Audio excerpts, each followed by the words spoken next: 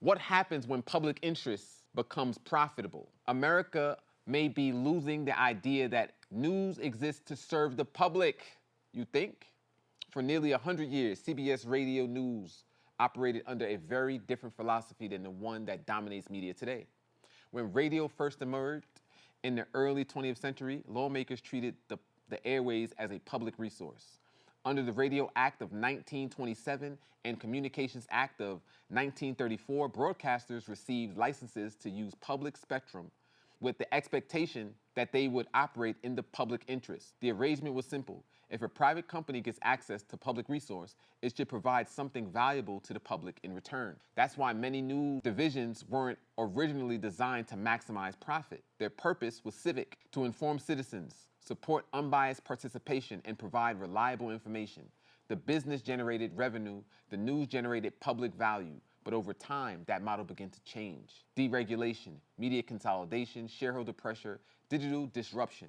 Journalism became another business unit expected to justify itself through quarterly returns. The internet didn't just disrupt media, it disrupted the economics that funded public interest journalism. Digital advertising migrated towards technology platforms. Audience attention fragmented across thousands of websites, creators, podcasts, newsletters, and social feeds. According to industry estimates, Google and Meta now control a majority of digital advertising market in many regions, while thousands of local newspapers have disappeared over the past 2 decades.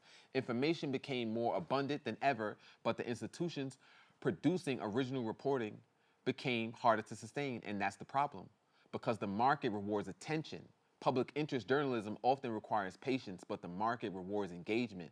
And while investigative reporting can take months or years, the market rewards emotional reactions. Quality reporting often requires nuance, context, and complexity. Those incentives don't always align.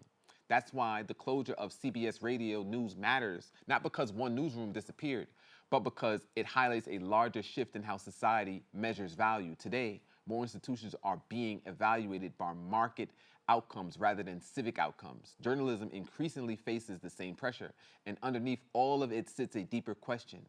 Should certain institutions exist because they generate profit or because they generate public value?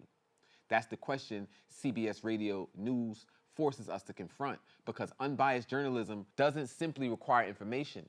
They require trusted systems capable of producing facts, accountability reporting, local coverage, and civic understanding. Historically, public interest journalism helped provide that infrastructure. The concern isn't that information will disappear. The internet has created more information than any society in history. The concern is whether information institutions remain committed to producing information whose primary purpose is serving the public rather than serving the market.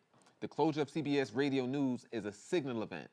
A gradual disappearance of public interest frameworks that once governed American media is the signal, and that signal may shape far more than the future of journalism. It may shape the future of the democracy itself, because if the public doesn't have an interest in its own interest, how will it survive?